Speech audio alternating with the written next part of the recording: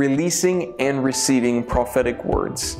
Many of us in the Pentecostal charismatic movement have released words, we've received words. I want to give you some just basic guidelines, some simple things that we should all consider when we are giving or releasing a prophetic word from the Holy Spirit.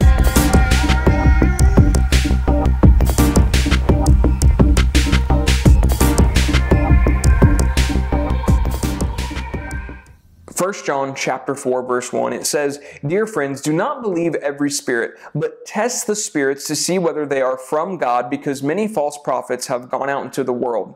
Now, you need to have discernment, friend. It is a gift, but it's also something that I believe the Lord wants to impart to each and every one of us is discernment, knowing right from wrong, knowing when a word is from God, when a word is not from God. You do not have to receive every prophetic word that somebody releases into your life. Whether somebody is praying for you at a church service, maybe it's a conference, or maybe even it's just a prophetic word that is released across the airwaves, such as social media or even across television. You don't have to receive every prophetic word, no matter how passionate it may seem, no matter how intense the person may release the word with, no matter how genuine they may seem on the outside, how nice they may seem. You have to understand there is a spirit behind the words that are spoken. So when we speak, we must speak by and through the Holy Spirit. And when people release a prophetic word, it should be an unction of the Holy Spirit. It should be declaring, proclaiming that which God has placed inside of us. When someone prophesies to you, don't be afraid to test the spirit. That doesn't mean you judge the person, okay? That doesn't mean you criticize the person, but that you just test the spirit. Oftentimes, it's simply just asking the Lord, "Lord, was that from you? Was it not?" Many times in my life, my experiences have been that when somebody has released a prophetic word into my life, it's simply been confirming something that I already knew about, something the Lord was already speaking to me personally. I had a pastor, actually my pastor, say this one time: anything that is contradictory to Scripture isn't true. Anything added to Scripture isn't binding. Now, I want to kind of use that as a springboard here into this video tonight. When somebody releases a word, whether it be you or you're receiving the word, and they're contradicting Scripture, right there, first and foremost, you have to understand that word is not from the Lord. God is not going to contradict His word. His word has already been written. His word is inspired, inerrant, and infallible. His word never returns void. His word is true. So if somebody releases a word into your life, a prophetic word, if you will, and that word contradicts the Word of God, Scripture, then you know for right there from the get-go, you can disregard that word. It's not from the Lord. Okay? Now, what if it's something, though, that somebody is releasing a prophetic word that you can't necessarily, per se, see in the Scriptures? I would just say, it's added to Scripture, it's not binding, meaning you're not bound to that word, but that doesn't mean you shouldn't consider it, because it could be still a word from the Lord. I'll give you an example. If the Lord was to speak to me, to prophesy over you that, "Hey, brother so-and-so, sister so-and-so, I believe God is telling you to open up a jewelry store." Now, I've never seen anywhere in the Word of God where the Lord instructed somebody to open up a jewelry store, correct? But that doesn't mean God can't use somebody to speak into your life to confirm maybe something God has already been speaking to you. So again, remember, if it contradicts the Word of God, throw it out. But if it doesn't contradict the Word of God, but maybe it's not something that is necessarily exactly word for word in Scripture, it doesn't mean it's not from God. We must test the Spirit. We must be hearing the Holy Spirit for ourselves. I highly encourage you, if you're around a bunch of people that are prophesying, it's dangerous that you're just listening to what they're saying and you're not listening to the Holy Spirit. You need to know the Word of God. The Word of God is your safeguard. Does the word that is released into your life, does it check in your spirit? Does it sound off in your spirit? And guess what? If someone misses it at times, don't go around and start calling them a false prophet, okay? You need to be very cautious of that. We all miss it at times. We're all human. Be cautious about when somebody does release a prophetic word and it doesn't come to pass. You don't have to go around behind their back and accusing them and saying they're a false prophet. You know, they may have just missed it that day. We all miss it at times. And guess what? I believe part of the prophetic sometimes is even just practicing it. And yes, I do believe that we have to get those unctions from the Holy Spirit. I understand that. But sometimes it's just practicing the prophetic. And we don't like to use that word in the church because then we think, well, you're just talking out of your mind, out of your emotions. We all have to learn at times, okay? And one of the ways we learn is by simply trial and error at times. And also, I think it's very important to have good people in your life that can kind of help you. I thank God that I have people in my life that hold me accountable and they speak into my life if they think that, a word maybe is off, or maybe the word is right on it, checks in their spirit. And so surround yourself with good people who can speak into your life. A few more things to remember here. When hearing a prophetic word, when receiving a prophetic word, whether it be collectively as a corporate church body or individually.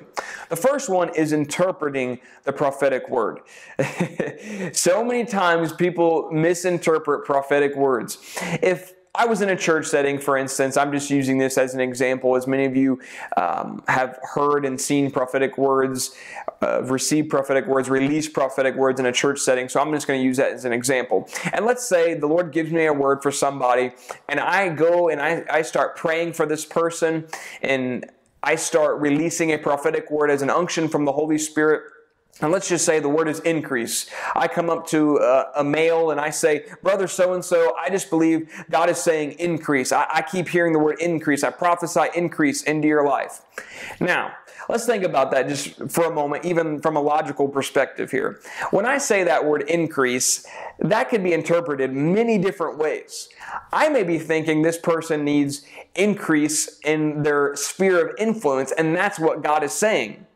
The crowd may be hearing, I believe their finances are about to increase. But the person who's receiving the word, they may be saying, I need health. I need increase in healing and health in my body. So you see, we have to be very cautious about how we interpret a word. Because when a word comes forth, we may hear one thing, but God may be saying something completely different. It's important that we keep that in mind when interpreting prophetic words. The next one, keep in step with the Spirit, Galatians chapter 5. When you receive a prophetic word, it's so important that you take it to the Lord in prayer and you ask the Lord, God, are we keeping in step with your Spirit? So many people try to stay one step ahead of the devil. If they would just keep in step with the Spirit of God, they wouldn't have to worry about that. Now, when we receive a prophetic word and we keep in step with the Spirit, the Holy Spirit will urge you. He'll let you know you need to slow down or you need to speed up. There have been times I've received a prophetic word and I thought, okay, that's awesome, that's powerful, but that's for years down the road. And the Lord speak to me in my private time and say, no, you need to act on this now. There's been other times where I receive a prophetic word and I thought, wow, I need to act on this right away. And the Lord says, whoa, hold on a minute, son. Yes, that is a true word, but you need to pray into that some more. You need to develop this some more. I'm going to take you here where this prophetic word is saying you will go, but first I need to do this in your life. So we have to understand the timing of God, keeping in step with the Spirit is so important. Important that we don't procrastinate, but also important that we don't get too far ahead of the Holy Spirit. Strengthening. Some practicalities when receiving a prophetic word. Was the prophetic word strengthening? 1 Corinthians chapter 14 verse 3 says, but the one who prophesies speaks to people, catch this, for their strengthening, encouraging, and comfort. So there's three right there in the Word of God, 1 Corinthians 14:3. When receiving a prophetic word, if you know it's from the Lord or not, is the word strengthening? Is the word encouraging? Did the word bring comfort? Now, again, this is where being in tune with the Spirit, using discernment is so key. I personally do not believe that every prophetic word has to just be encouragement and comfort and strength. I very much believe that prophetic words can bring correction, can bring rebuke, and bring discipline. Prophetic words aren't necessarily always so encouraging. Sometimes prophetic words have urgency. Sometimes prophetic words, they bring an exhortation to the body of Christ. Maybe it's to call an impromptu prayer session. Maybe it's to urge the body of Christ, hey, there's going to be a famine in the land. You need to prepare. So prophetic words aren't always the most encouraging and comforting. Sometimes they're very much correcting. If you look at many of the prophetic words in the Old Testament, many of the prophets in the Old Testament, what they prophesied was not encouraging. It was actually very correcting. It was a sharp rebuke from the Lord, encouraging the nation of Israel or even other nations. You need to repent of your sins, or judgment is coming to the land and to your people. Now, in the New Testament, I still believe that that applies to us today, that we need to be cautious bringing forth a prophetic word through somebody. We need to consider that word, and even if the word is not comforting, even if the word is not encouraging, it could be God correcting us. Hebrews 12 says, "And you have forgotten that word of encouragement that addresses you as sons. My son, do not make light of the Lord's discipline, and do not lose heart when he rebukes you." The word discipline has implications of rebuke or correction, but it also implies training, guiding, instructing, or educating. Keep that in mind.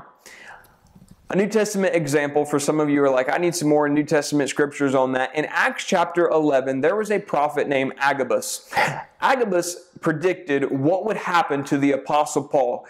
Acts chapter 11, verses 27 through 30. I'm not going to read it, but just for a scripture reference, you can go and check that out. What Agabus did, if you remember in that passage of scripture, is he took the belt of the Apostle Paul and he bound the Apostle Paul with that belt. And he said, just as I'm paraphrasing, just as I bind the owner of this belt will be bound just as I'm bounding this man. And that is not such an encouraging, comforting word. Agabus was telling the Apostle Paul what was going to happen to him when he would go to Jerusalem. So again, I don't buy into that every prophetic word in this day and age is always encouraging, is always comforting. Yes, it does happen at times, but I believe there's times where God urges us, He exhorts us, He warns us, and He even corrects us. It's important that we have a teachable spirit and open heart to what is God saying to us through His people.